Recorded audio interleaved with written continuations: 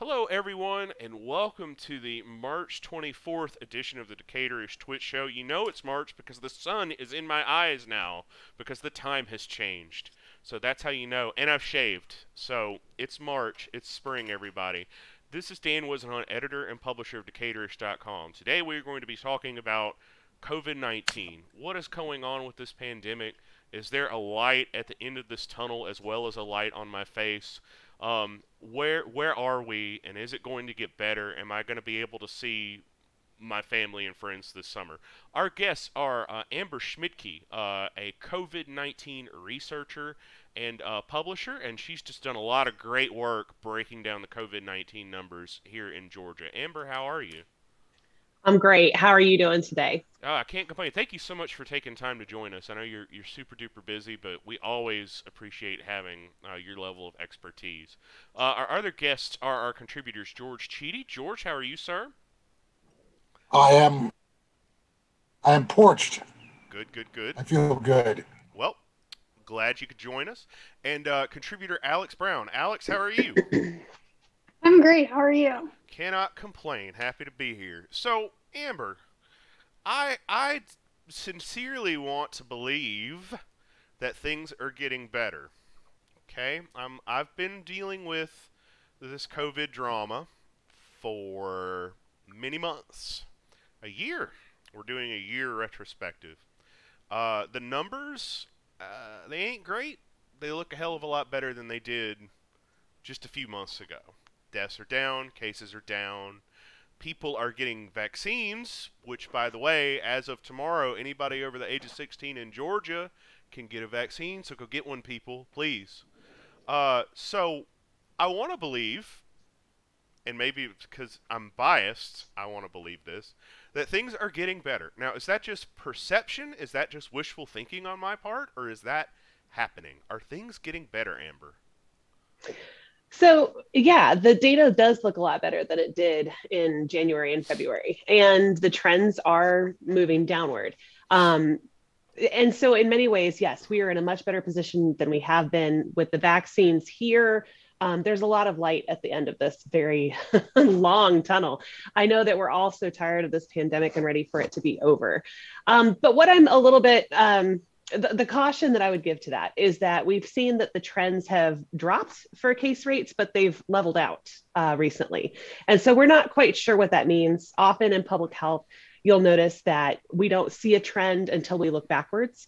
And so it may be one of those things that this is just a momentary pause before it continues to go down, but we're not decreasing the way that we were for the last several weeks. And so, is this a function of people are ready to be done with the pandemic and they're starting to get out more? Is it a function of people know that the vaccine is out there? So maybe there's a sense of comfort that things are probably okay. I can go do my thing. Is this an issue of the new variants that have arrived in Georgia that are more transmissible? Have we seen that impact yet? Those are some of the unknowns that are still out there. Those are the things that I think could throw a real monkey wrench in the trends as they are right now. But right now we're in a pretty good place. Something that Georgia has never done is go back to a pre-surge baseline. And we're actually not that far from doing that this time around.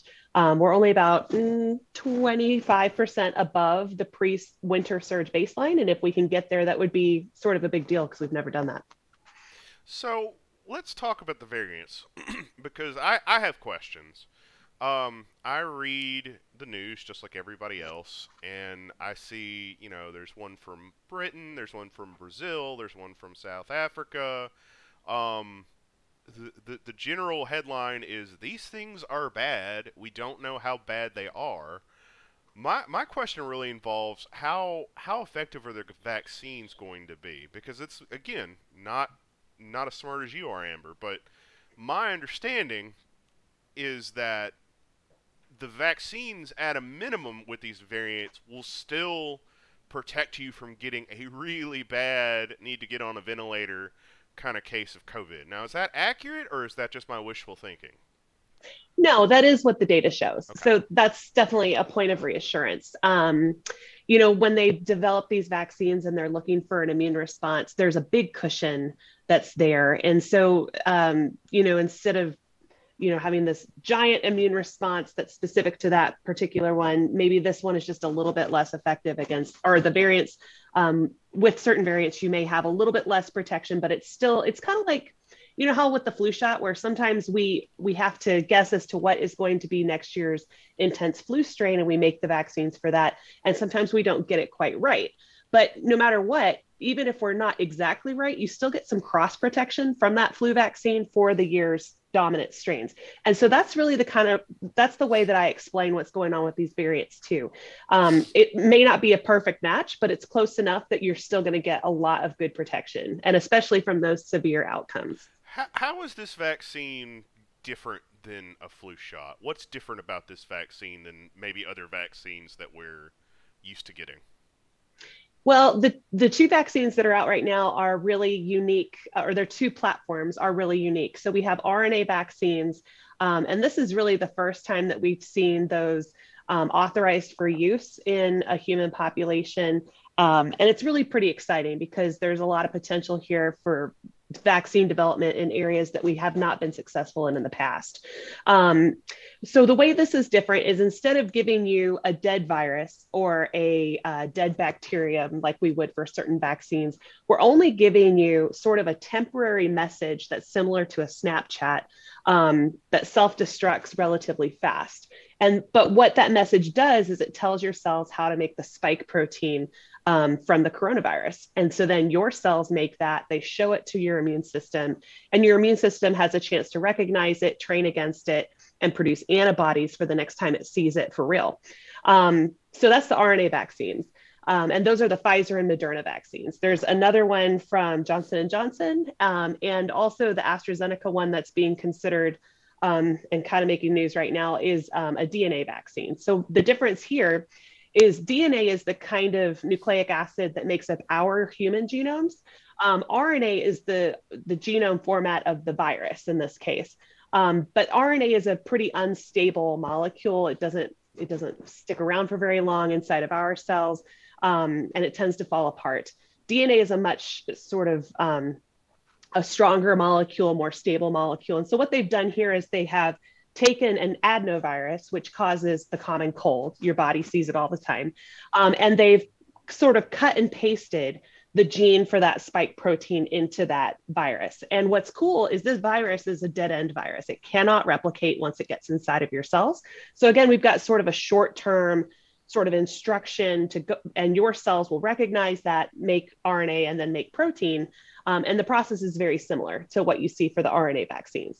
So that's sort of the new development of these vaccines, and why they're pretty cool. So one of the questions we have a lot around here is when it comes to schools.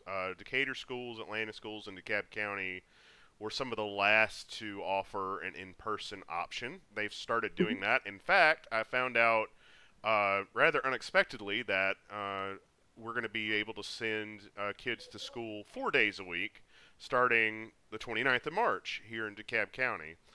So it's not only are kids back in school, but it seems to be ramping up fairly quickly as we approach the end of the school year. What can you tell us about the effect that reopening schools has had on our case rates here in Georgia, if any? I think it's really hard to tell right at this moment what impacts that's having, because there's so many things going on simultaneously at the same time.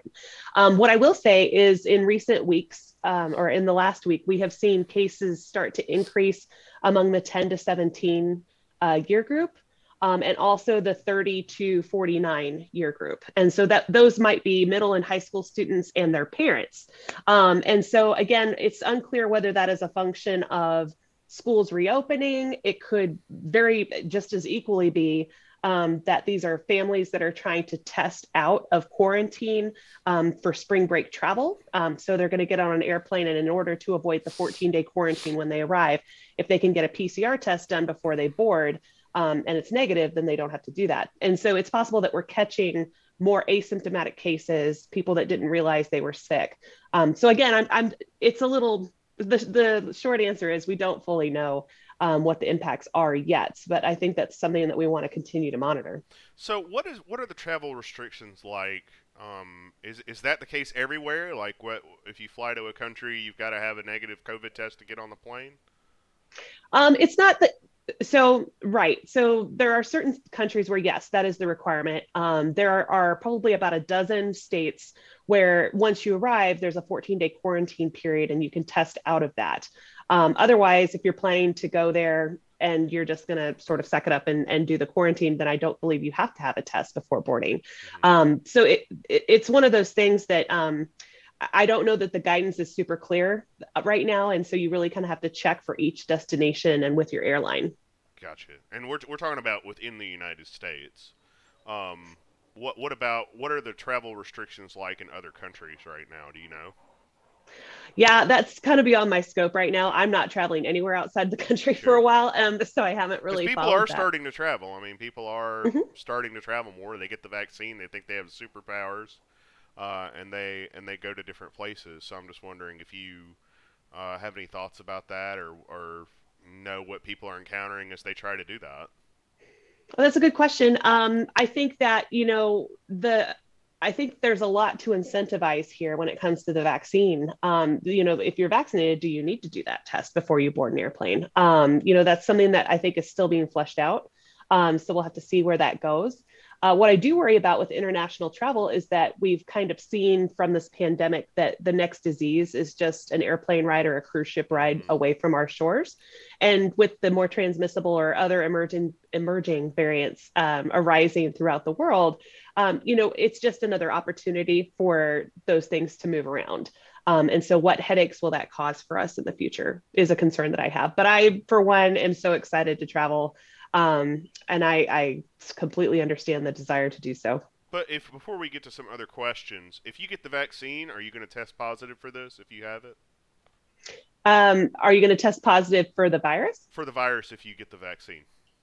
There is no virus in the vaccine, okay. No COVID virus. So you won't test positive for COVID because of the virus. You may test positive for antibodies, okay. And we hope you do. But there will probably be situations where a person has been vaccinated, say like the Moderna and Pfizer vaccines have an efficacy of about 95%. That means that about 5% of the people did go ahead and get a COVID infection even after vaccination. So we are going to probably see some of those breakthrough cases happen, but they will probably be exceedingly rare. All right, so this is the Decaturish.com Twitch show. I'm your host, editor, and publisher Dan Wisenhunt. If you are just tuning in, please sign up and jump in the chat section and ask Amber a question. And we're going to let some of our panelists, George or Alex, what questions do you have for Amber today? I'm thinking about vaccine refusal. Like that's the first thing that's sort of coming up. Because I'm worried that the refusal rates will be high enough to keep us from getting to herd immunity. And I'm interested in your thoughts about this. Yeah, this is a huge problem. It's something that I'm working on with a few different organizations even right now. There's really two pieces that we need to deal with right now, and that is vaccine access issues. And then there's vaccine hesitancy or vaccine refusal. So what I mean by vaccine access is we may have people out there that want the vaccine but can't get to it because of inconvenient scheduling. They can't find an appointment to begin with, language barriers, can't get time off from work, all those sorts of things. So how do we get those people served? But then the long game is sort of winning the hearts and minds of people when it comes to this vaccine. And that is going to be an enormous challenge. What I have found in my experiences and sort of my view on things is that we need to have more opportunities for people to ask their questions and get meaningful answers, ideally with data, so that they can have the very best information available to them and make an informed decision. But yes, that will be the effort that we have to do. I was doing some numbers. So we know that we need to get somewhere between 70 to 85% of the population immunized in order to reach herd immunity. Well, 25% or just under 25% of the Georgia population is made up of children under the age of 18. And right now, there are no vaccines authorized for those folks, except for the 16 and 17-year-olds that are able to take Pfizer. And so what that means is that in order to get to 75%, we would need every single adult in Georgia to get vaccinated. And it just does not look like that's in the cards for us right now. I think we can get there, but it's going to take a real serious effort at community education and outreach that we're not seeing the state devote resources to right now. I have a follow-on question for that. To what extent does it matter if other people get vaccinated and other people don't? I mean, I guess the way I look at that is, you know, I got vaccinated. My family's getting vaccinated. Everyone I know is. Why do I need to bring people around who, just frankly, just it doesn't matter what you tell them. They are not going to get the vaccine for a myriad of reasons. Most of them really dumb. What can you do about that? I mean, and is that gonna what are we, the people who are gonna get vaccinated, supposed to do about that? Well, I will say that friends and family are considered the top influencers when it comes to making a vaccine decision. So I would encourage you to share your experience of getting the vaccine, why it's important to you to do so, and do that publicly if you feel comfortable doing so. What I would say is, you know, we're not going to win everybody over, and that's okay. But what I will say is, right now, so that you don't get burned out, I really want you to focus on the people that are, you know, yes, but I have questions, or I could be convinced either way, but I really need to get more information. Those are sort of, I don't want to call them the easy gets, but those are the people that we can still have a reasonable conversation with and get there, right? When it comes to the people that are more entrenched, that are having more of that, you know, real fear and anxiety, I've always tried to approach these situations with an abundance of empathy. When it was, you know, pediatric vaccines and we had the anti-vaccine movement happening there, same sort of thing. We've got parents, we've got people that are living through a pandemic, and there's a lot of fear and anxiety that goes with that. And so when I'm asking questions among sort of the entrenched, I'm really asking more questions than I am talking, and I'm letting them air out what their emotions and what their concerns are. And once sort of we get there and connect on a human level, then I think we can start talking about reasons why things do or don't make sense. You know what I mean? I don't go into those conversations with the expectation that I'm going to convince them or slam dunk an argument. It's much more about fostering a relationship and building that sense of trust and rapport. So you're saying yelling at people on Facebook is not going to be effective for this? Yeah, I had to learn that early on, but there are easier ways to, you know, give yourself anxiety. So I'm out of ideas then. Alex or George, more questions for Amber. Now, Alex, the reason Alex is here, aside from the fact that she's a contributor, is that she has also taken it upon herself to help her friends get vaccinated, people who can't find vaccines. So she's doing a good deed by helping people who want vaccines get them. So Alex, why don't you tell us a little bit about how you got involved with that aspect of this and how that's been going for you? Sure. So I personally was keeping a really close eye on who was becoming eligible in Georgia just because I wanted a vaccine. And I have some pre-existing conditions that I figured would be on the earlier list. So once I started looking into it, I realized that it was really complicated. I've joined 2 different Facebook groups. Within those Facebook groups, there are about 3 or 4 different websites that you're supposed to be checking every day. The websites don't update at the same time. Some of them update at midnight, some of them update at 6 a.m. So on the first day that the new group of eligibility became valid, I woke up at 6 a.m. as if I was registering for classes and went on to get myself an appointment. And I was like, I can figure this out because I have a good amount of free time, a good amount of internet and computer literacy, but there are a lot of people that cannot figure this out. And even when I went to my appointment, there was someone in front of me in line, an older person who was saying that her friend who's in their 90s can't figure out how to get a vaccine, and she was trying to ask the pharmacist to help her. So I think it's pretty complicated, and there are a lot of glitches with it being done digitally, like the websites will go down, some people's appointments are invalid. So I think it's really great that so many community members have created these Facebook groups as places where people can ask questions and get help getting appointments. But it's also very frustrating that it has to be that way. So how many people do you think you've been able to help get their appointments? I helped everyone in my like bubble, so like that's like 5, probably like 7 or 8 by now, but you know, hopefully more. Good for you, and maybe they will help other people. That's what I'm hoping. Yeah. And I'd be happy to share some of the websites that people can use. If you want to throw those in the Twitch chat, sure. Yeah, if you get a chance.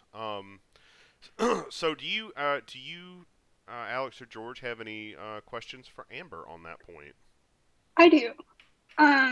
So because Brian Kemp just announced that all adults over 16 in Georgia will be eligible beginning tomorrow, do you feel that there's going to be a lot of people rushing to get appointments, and then there's again going to be a scarcity of appointments like we saw earlier? Or do you feel like maybe the hesitancy will contribute and it'll be like somewhat smooth? Or do you think it was a mistake for Kemp to authorize so many people all at once?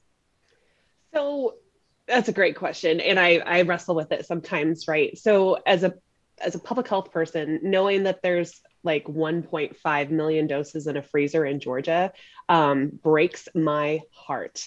Those need to be out the door and into arms. And so I am of the opinion that whatever it takes, get those out. And so what we've seen is there's a real disparity in access when it comes, or availability, when it comes to the Atlanta metro and everything outside of Atlanta. And so there's a real scarcity inside, and there's just an abundance of vaccine outside of the metro. And so in that sense, I'm totally on board with opening it up to 16 plus, especially to get those vaccines that are out in the rural areas or just non-metro areas out. But, you know, for people in Atlanta, yeah, what's already a hard time getting a vaccine is going to continue to be hard by opening this eligibility further. But there have been a lot of people that have been sheltering in place, people with underlying conditions that have not been, or essential workers for that matter, who have not been able to access the vaccine at all. Sorry. And so, you know, I want to give those folks a fair chance to get what they need too. So what I think is probably going to happen is we're going to see a big rush initially, and then it's going to wane. Once people get in the queue for the 2-dose series, then, you know, they kind of have a plan to get that second dose, and then hopefully things will get smoother with time. But I want to thank you so much for the work that you're doing to help others in your area. We need that so much. Everything about this pandemic has been crowdsourced. So I'm not surprised that that's where we are yet again. But, you know, it takes all of us to get there. So thank you. What has changed, piggybacking off that a little bit, obviously, you know, there's been a presidential election since this started. We got a different federal government with different priorities. Has that been made a noticeable improvement in this vaccination effort that you've seen? Well, it's hard to say because, you know, before the transition, there was still a lot of manufacturing issues that were holding things up. But I think one thing that we've really benefited from is having a clear and consistent message about the importance of the pandemic, the importance of the vaccine. And we've seen a real effort to, you know, address the needs of communities of color and underserved populations to make sure that they know that the vaccine is important for them too. So I'm hopeful that that's going to ultimately translate to success for us as a nation and as a state. George, any questions for Amber today? Yes, actually I do, because you just touched on it. So I saw the map of availability, like clusters of red all over Atlanta, and then you start looking in South Georgia and availability all over. It looks like a political pattern. I'm just going to tell you, it looks like there's a shortage of availability in Savannah. There weren't even a whole lot of spots to go get a shot around Columbus, even though that was a massive hotspot at one point. But we can't get our hands on it in Atlanta without driving. My wife drove up to Fannin County last week. I got on a list because I'm a caregiver for my mother Um, I have a shot in my arm 5 days ago. Congratulations. Yeah, I'm happy. I want to go to the gym. Like I can't. I want to go to the gym. Um, the thing is, like, I can't shake this feeling that somebody in Brian Kemp's office said, yeah, we don't want to make it look like we're only catering to those people in Atlanta because all our voters are in the red state, Georgia. And so we'll make sure we've got lots of vaccine there, even though we know that the refusal rates are also high. So the uptake for the vaccine is going to be slower. And so you end up with the situation with 1.5 million doses sitting in a freezer somewhere. How politically screwed up is this relative to the do you believe that decisions are being made on a political basis right now in terms of vaccine availability relative instead of, you know, how to get the most shots in arms? Well, so each state has made its own decisions when it comes to this stuff. One of the things that I think would have been completely apolitical would have been to follow the recommendations from the Advisory Committee on Immunization Practices, sometimes abbreviated as ACIP. So that is the CDC headquarters it, but it's a group of experts that make recommendations. And so they clearly laid out that they thought healthcare workers and people over the age of, I believe it was 75, needed to go first, people in long-term care facilities. And then it sort of balanced the needs of how do we keep society running and how do we protect essential workers and how do we protect those who are most vulnerable. And so the challenge is that, the governor decided to sort of make his own rules. And when that happens, unless you're coming to the people with a clear data-driven strategy, it does give people the chance to sort of speculate as to what's going on. I would hate that this is now political when it comes to the vaccine because everything else about this pandemic has been political and public trust is so important right now. But I understand the questions that people are asking, especially when certain groups were prioritized for vaccines and others weren't. And he even mentioned right in the press conferences that I'm prioritizing these people because they called me so much.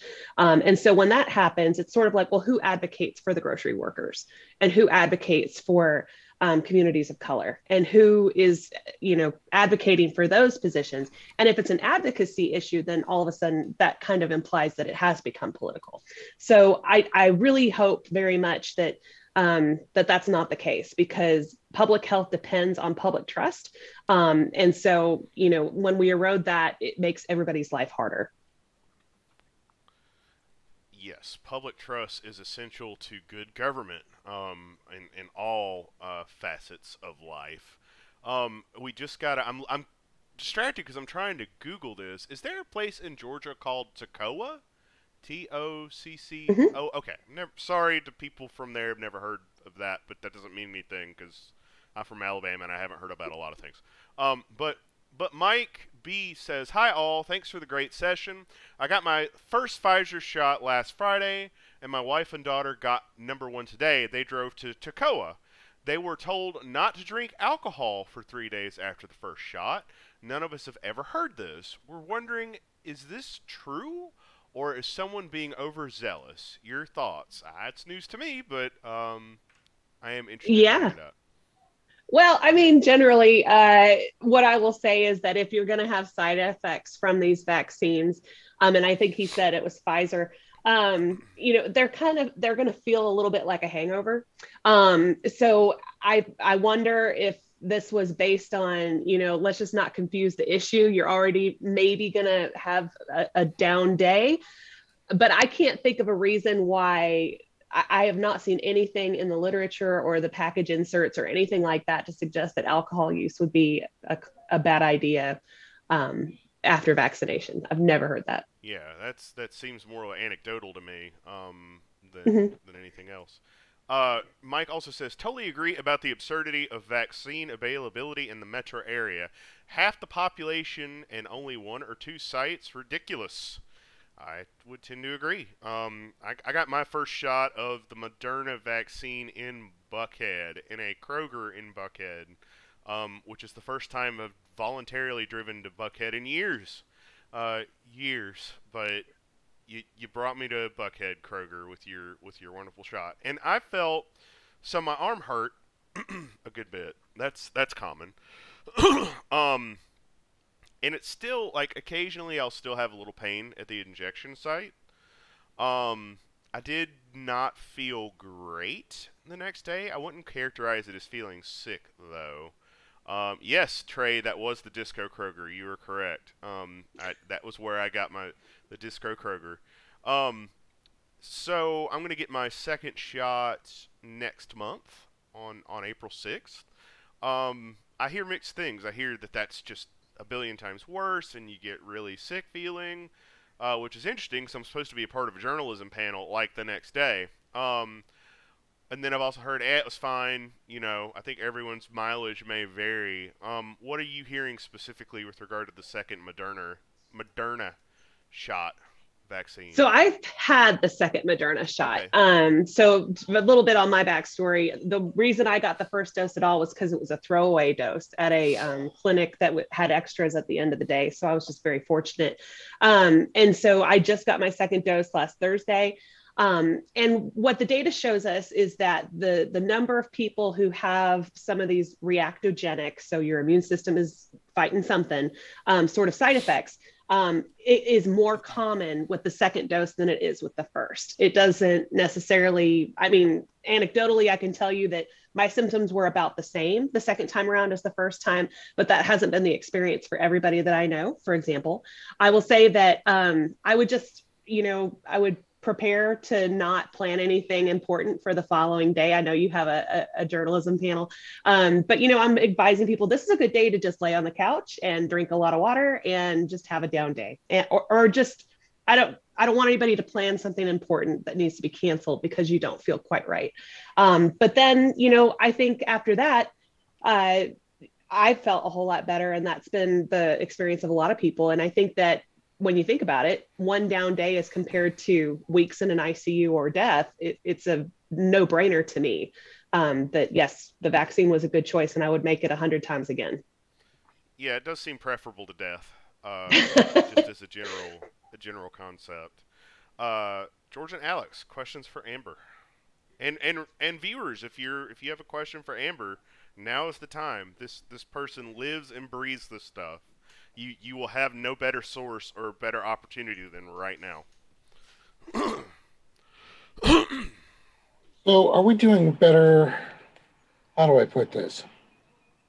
I got into a stupid Facebook argument because I do that. I need to stop doing that.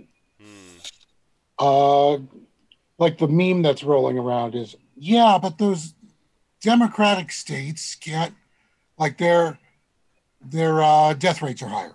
Essentially, I'm like, yeah, but we had a lousy national plan. It's not like we laid it out on the states. That was a mistake. This should have been federalized almost immediately. Do you believe that the new administration is actually going to be able to impose standards on states that had not been imposed? Because I think there's a big question here about to what degree we should be assigning blame to Republicans, and specifically to Donald Trump, for 500,000 people dead because he couldn't corral 50 governors into a plan that made sense because he lacked moral authority. How much of that was him, and how much of that is the fractious nature of American governance right now? Basically, can Biden do better than what we just saw? I hope so. And I think a lot of that will have to do with the fact that there's a vaccine available now that there wasn't before. Without question, I think everybody who works in public health wishes we could get a do-over on this, and to do so with a more coordinated response, not just in terms of testing and disease control, but also messaging. We would have been much better off if we had had consistent messaging from the scientists as well as our government in tandem to communicate how important this pandemic was and the risks that people had and the ways to mitigate them. We'd be in a much better position right now. And I know, as somebody who has worked in public health, I wish so much that we could do this over again and get it right. We have a question from a reader, Trey Bliss. Trey is actually a regular guest in our show. We do finance episodes with Trey. Really smart guy. He asks, he has two questions. First, do you think we hit 70% of the U.S. adult population vaccinated by the end of July? If not, do you think we end up with a vaccine overload, and what should we do with the supply of doses? That is a good question. Great questions. Very good question. So the president has set an ambitious goal, which is getting 85% of the adult population vaccinated by 4th of July. I believe I've got that right. And that is a big goal. If we could get to 70%, that's fine too. You know, honestly, that would be a fantastic thing for us to accomplish. As of today, we're at about 25% of the US population, I believe is what I saw, has received at least one dose. So we're getting there. And I think what I would say is we are probably going to run into a situation where we have an overage. That may change once vaccines are authorized for use in children. We may need those supplies. But in the meantime, I think if we have a surplus of doses, and right now we have a lot of AstraZeneca doses here in the US that we're not using right now, those really need to be probably released and prioritized to other countries. Again, they do no good whatsoever sitting in a freezer. It's important to remember that this is a pandemic. It's affecting every country in the world. And we don't get rid of this until we get rid of it everywhere. So the more we can do to foster that immunity in other countries means that's less disease that can arrive in the United States. And it's faster for the entire world to get back to pre-pandemic life. What is the story with the AstraZeneca vaccine? Because it's been in the news a lot lately. Apparently, it looks like Europe is bungling this, which I find fascinating, but that might just be slanted American journalism and not really the truth. So what is the story? It hasn't been approved for use here, and they're talking about taking it off the market in Europe. So what's the story? So AstraZeneca right now is a hot mess of drama. And that's just the best way to get started on that. So a couple weeks ago, we had an issue where there were a lot of anecdotal reports that there were blood clots following blood clot sort of emergencies following vaccination with the AstraZeneca vaccine. It turned out that the number of blood clots we were talking about was less than what we would have expected for the general population of the same size that wasn't vaccinated. So there's no real causal link. So for a while there, the EU had sort of revoked, or some of the countries within the EU, had revoked authorization for that. And so the vaccine wasn't going into anybody's arms. And then the EU's sort of governing board said, no, we don't see any evidence to suggest that this is a problem. So go forward and use the vaccine. Now, what's happened this week is the company issued a press release saying, we believe that our vaccine is 79% effective against symptomatic infection and 100% effective against severe outcomes like death. And so they issued this statement and they announced that they're going to apply for emergency use authorization with the FDA. Well, the monitoring board that looks at all the data from the clinical trials sort of raised their hand and they're like, that's not what we saw. You're sort of cherry picking the data to make it look super good. And what's dumb about this whole thing is the numbers are not that far off, but it's like 5% lower. So instead of 79%, it's like 74, 75% effective. So this seems like a real like unnecessary snafu that AstraZeneca sort of brought upon itself. And that's really unfortunate because the vaccine probably is a very good vaccine, even if it is 74% effective. And so what I worry about on the one hand, is this going to hurt faith and trust in the people that are already authorized to use that vaccine, say in Europe? But on the flip side, I hope in some ways this helps those who maybe have distrust of the pharmaceutical and regulatory relationship, who maybe thought this whole time that the vaccines were just getting green lit through the process. I think what this shows us is no, when the scientists see something wrong, they say something. And they did in this case. And so maybe that helps on the American side of things to have that faith and trust that the Pfizer, Moderna, and Johnson & Johnson vaccines went through the exact same process. Nobody said anything because there was nothing wrong.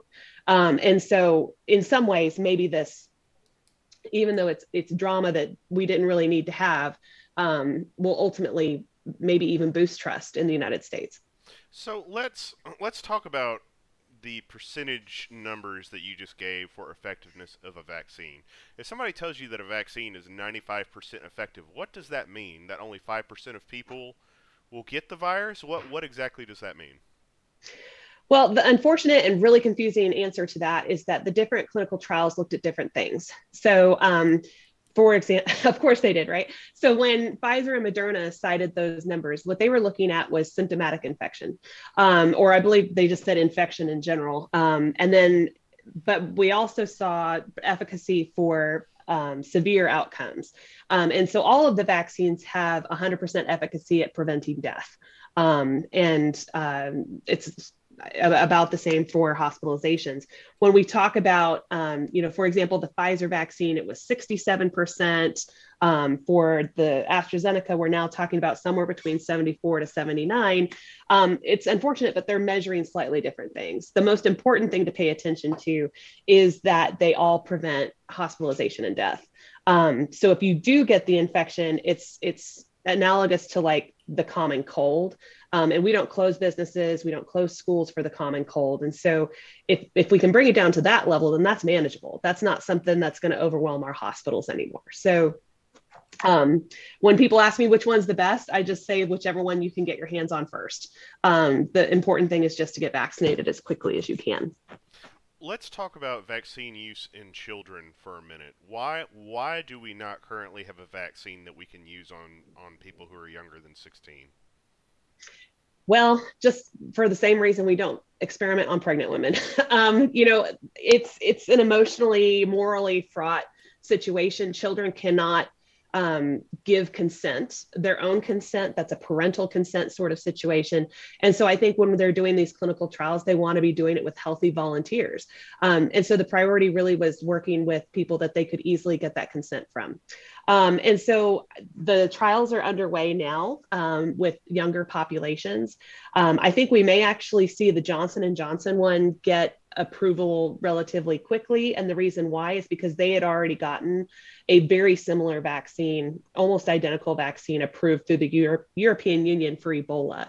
And they did test that in children and infants and babies and in pregnant women. So the fact that it has already demonstrated safety there is going to potentially speed along the process in the United States. So we'll just have to see. But I know Moderna is underway and making good progress. And so I've heard estimates that we're going to see a vaccine by the end of 2021. I sure hope that's the case. I know for me, the pandemic won't really be over until my children are vaccinated and they can go back to school unimpeded like they did before the pandemic. Well, Johnson & Johnson does make the baby shampoo. So, I mean, it does make sense that they would also have a vaccine. It's like the kids' COVID. It comes in different flavors. Trey Bliss asks, are you concerned about any of the variants of COVID that pop up from time to time? How often do you think this will mutate? Well, the thing about viruses is every time they replicate, they have new opportunities to mutate. And so the more we let this infection spread throughout our communities, that's just more shots on goal for them to mutate. And so, for those who think, well, we should just all get it and be over with it, I'm like, well, I don't know if you know what you're asking for, because what you're going to end up doing is encouraging this mutation to happen. So as far as my concern, I am most concerned about whether we see a variant that so there's two things that can happen with these variants. They can make them more transmissible, so easier to catch, or they can make them more lethal. There's less incentive for the viruses from an evolutionary perspective to choose, or they don't choose, but there's less incentive for them to become more lethal, because if they kill I hate to sound cold, but if they kill their patient right away or something like that, then those people aren't likely to transmit the virus to somebody else. So if you think like a virus, your ultimate goal is to become more transmissible as much as you can. And so that's really the worry that I have. And the other worry that I have is that we're going to see a variant that the vaccines don't protect against. And so if those two things happen, then we have real cause for concern. When it comes to the ones that are more transmissible, it's not that they're more deadly, of course, it's that because you get more people sick, that's more opportunities or more reasons for people to have to need a hospital to potentially die. And so it's another shots on goal sort of problem. Question from Chuck. Thank you. Sorry if this has been answered already. What's an entry-level way to help disadvantaged communities get vaccines? That is a great question, and something I'm working on a lot right now is trying to connect people. There are all sorts of community organizations right now that are trying to organize that. I was just contacted by Fair Count today, which is one of the nonprofits associated with Stacey Abrams, who they've transitioned from doing census work and trying to make sure people are counted to now helping communities of color in particular access the vaccine. So that's something. Look for Spanish or Hispanic or Latinx populations. I know that, what is it? I'm blanking on the name right now, but I know of several community organizations right now that are working to help people get connected through the Mexican consulate and others to get people to those vaccines. So I think, anything you can do to look for those organizations, and I'll try to amplify them in my channels everywhere that I can. And what are your channels? How can people access what you're doing and subscribe to what you're doing? So I'm really active on Twitter right now. Rage tweeting most of the time, but I am on Twitter. I'm also on Facebook, but my newsletter is probably one of the more comprehensive ways to follow what I'm doing. And that's amberschmidtkephd.substack.com. So I write 4 times a week about what's going on with the pandemic. And on Fridays, I write exclusively about the vaccines. It's vaccine Q&A. So I'm answering reader questions. And I've done 5 of those so far. One of them went kind of viral, or at least by my standards. And so it's been good. Hopefully it's helping a lot of people. How many paying supporters do you have now? It's just under 500, but the subscription list is just under 15,000. So it's moved a lot since I spoke to you last time. Good. Yes. If you are a fan of this sort of thing and a fan of what Amber is doing, definitely subscribe to her Substack and throw a little coin Amber's way. She's doing great work on this. I want to we got about 10 minutes left. I want to ask a more forward-thinking question. And the thing that, I don't know if everybody else has this in the back of their minds, but it's something I worry about. How do we stop something like this from happening again? Because this really sucked. And I'm not really interested in doing this again in 10 years or when I'm hitting retirement. I'm not interested in having my son come back and live with me once he's out of the house for a while because he lost a job because of some virus. Knowing that this can happen introduces a lot of uncertainty into things, and it also, I think, increases the potential of people overreacting possibly to certain viruses that are out there. So what are your thoughts on that? What is the likelihood that we could experience something this disruptive again in our lifetime?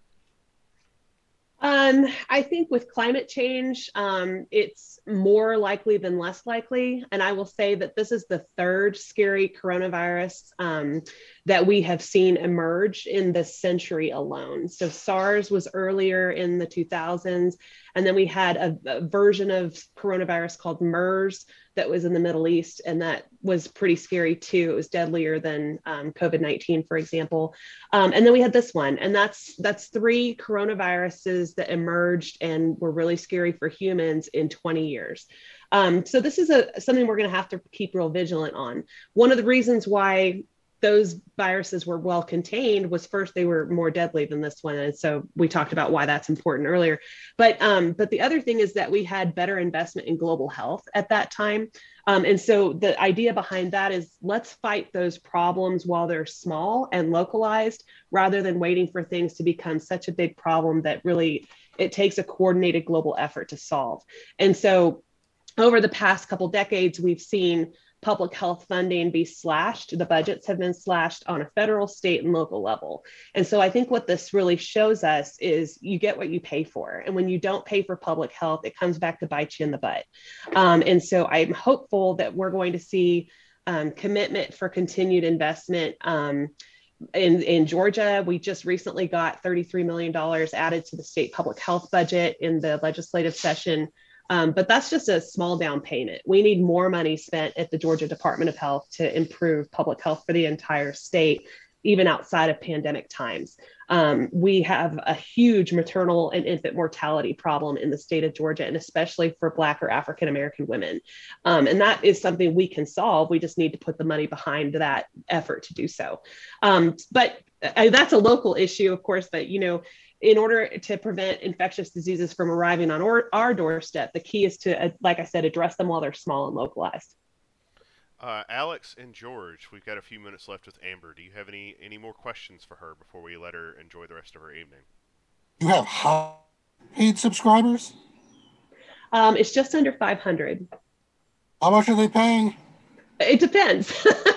There are some folks that are doing monthly, and it's $7 a month. There are some folks that are doing annual, which is $70 a year. And then there are folks that are called founding members who have donated above $150, which is lovely. Thank you. I appreciate all of it. It has made the transition for this year while I needed to be home with my kids through virtual learning, something that was really rewarding for me and helped me to stay invested in science and public health. I'm strongly considering starting a subscription service for something. And I'm like, huh. Oh, See, I told you. okay. Just doing the math. Okay. Well, and the way I've always looked at it is kind of like an NPR style funding model, because it's public health data. And I feel like the public should be able to see that. Everything I publish is available to the public. But there are people who want to support that, and I've made a mechanism for them to do so. All right. But nobody has to. Gotcha. Alex, any questions for Amber before we let her go? I was just going to say, I like Amber's newsletter because I prefer my public health data to be surrounded by empathetic reminders. And I feel like Amber does a really good job of being a human in her newsletters while also providing really important data. So, yeah. Thank you. That means a lot. Final question from Trey. When would you feel safe going out in public again? Well, I know that for my husband and I, we've both been vaccinated. We had our second dose this last Thursday. We're hoping to go on a date in 2 or 3 weeks. We're going to go during a low traffic time and go get dinner. And we may even still eat outside, but that is the hope, is we're going to start doing something like that. I'm probably not going to take my kids into a restaurant, unfortunately, until they are 2 weeks past their vaccinations, and who knows when those will be authorized. So as far as going back to normal, like I said earlier, to me, normal doesn't happen until my kids are safe. Gotcha. Amber Schmidtke, everybody. Very knowledgeable person, very generous with her time, both with us and the public at large. Amber, thank you so much. We really just deeply appreciate everything you're doing for us right now. It's really incredible work. Thank you. You're most welcome. Be safe and be well, guys. Same. George, Alex, thank you also for joining us and adding some questions. This is the Decaturish.com Twitch show. I am your host, editor, and publisher, Dan Wisenhunt. We broadcast every Wednesday at 6 o'clock.